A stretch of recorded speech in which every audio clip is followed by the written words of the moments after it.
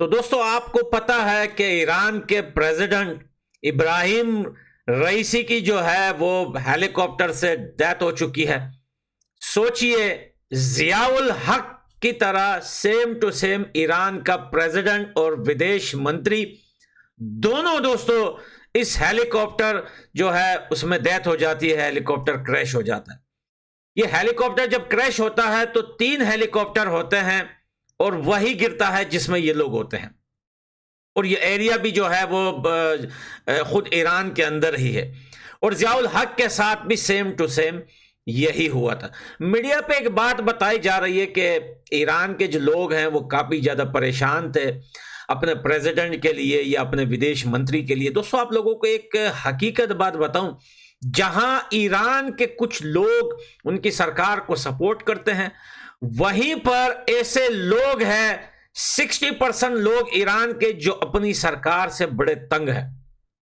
क्योंकि भाई आपको पता है कि शरिया लॉ जो है वो ईरान में भी है और ईरान के लोग आजादी चाहते हैं। ईरान के लोग जो यहां यूरोप में रहते हैं या बाकी कंट्रियों में रहते हैं, उनसे अगर ईरान के बारे में पूछा जाता है तो वो अपने ईरान की सरकार को जो है हमेशा गालियां ही देते रहते हैं और वो उनके खिलाफ है। अभी रिसेंटली दोस्तों ईरान के अंदर एक सिंगर है जिसने अपने गाने में सिर्फ एक वर्ड मेरे उसका नाम भूल गया हूं, आप रिसर्च कर सकते हैं, एक वर्ड उसने सरकार के खिलाफ निकाला था। अब उसको फांसी की सजा दी गई है, अभी कुछ दिनों में उनको लटका दिया जाएगा। उसको भी लेकर ईरान के अंदर बहुत सारे प्रोटेस्ट हुए, बहुत सारे लोग सड़कों पे आए, लेकिन बात किसी की नहीं मानी जाती। ईरान के अंदर बहुत ज्यादा, यानी कि आप बताऊं कि लोग बोल रहे हैं कि अफगानिस्तान में शरिया लॉ है, अफगानिस्तान में तालिबान की सरकार बड़ी सख्त है अपने लोगों के साथ। तो भाई ईरान में उससे ज्यादा बदतर है।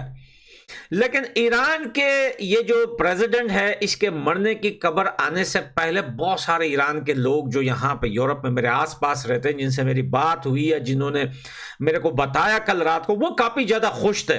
और वो ये भी बोल रहे थे कि भाई इसके मरने से कोई फर्क पड़ता भी नहीं है, क्योंकि इसके मरने से, इब्राहिम रईसी के मरने से सरकार टूट नहीं जाएगी या फिर बिखर नहीं जाएगी वहां की पॉलिटिक्स, क्योंकि वहां पे इतना स्ट्रांग बनाया हुआ है उन लोगों ने।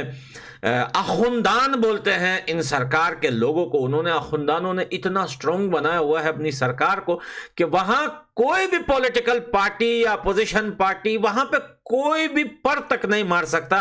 तो उससे फर्क नहीं पड़ेगा। हाँ, थोड़ी बहुत खुशी उनको हुई थी कि ये बंदा चलो हट गया है, जितने कम हो जाए उतने अच्छे। लेकिन अब सुनिए, ईरान के अंदर और मीडिया पे ज्यादातर बात हो रही है इसराइल और अमेरिका की। लेकिन जियाउल हक का नाम मैंने क्यों लिया?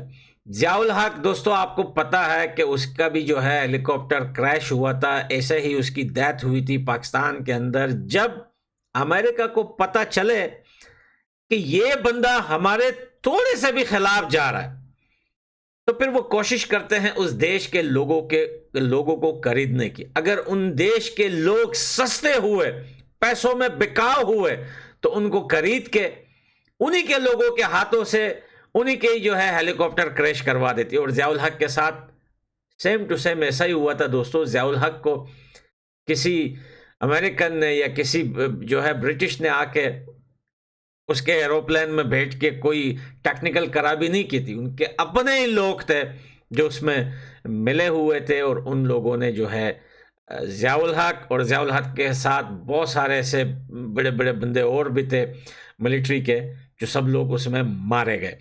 वही हालत आज ईरान के ऊपर है।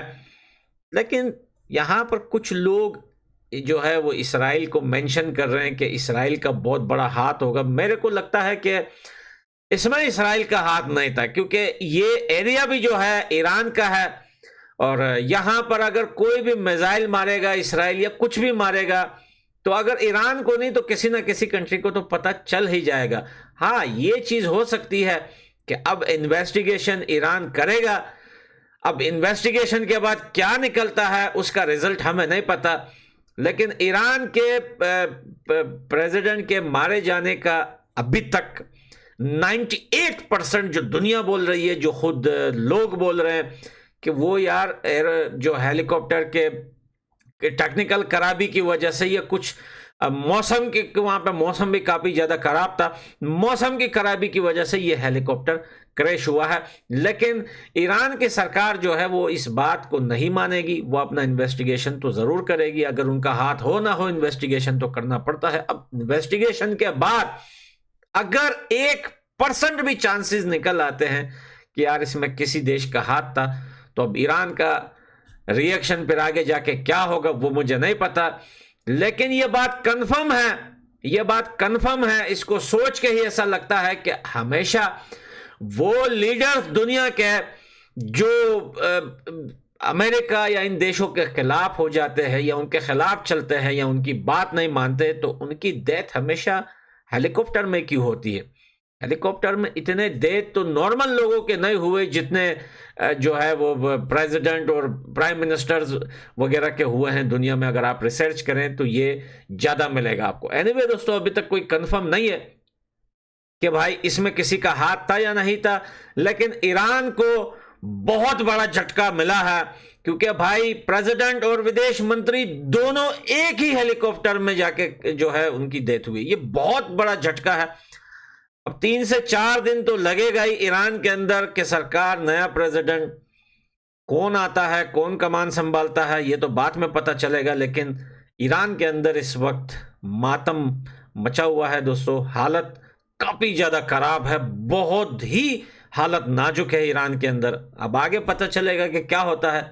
और नरेंद्र मोदी जी ने, टर्की के सदर ने, रशिया ने और भी बहुत सारी कंट्रियों ने जो है ईरान के प्रेसिडेंट के लिए, ईरान के प्रेसिडेंट के मरने पर जो है इजहार अफसोस के लिए ट्वीट किया है, उनके साथ जो है गम में शरीक होने के लिए। क्योंकि ये साइड में जो पड़ी वो कंट्रियां हैं जिनके रिलेशन ईरान के साथ काफी ज्यादा अच्छे हैं, जिनका ईरान के साथ इंपोर्ट एक्सपोर्ट हो या फिर पॉलिटिक्स हिसाब पे उनका रिलेशन अच्छा है, तो उन्होंने काफी ज्यादा जो है ट्विटर पे ईरान के लिए अपना गम दिखाया है।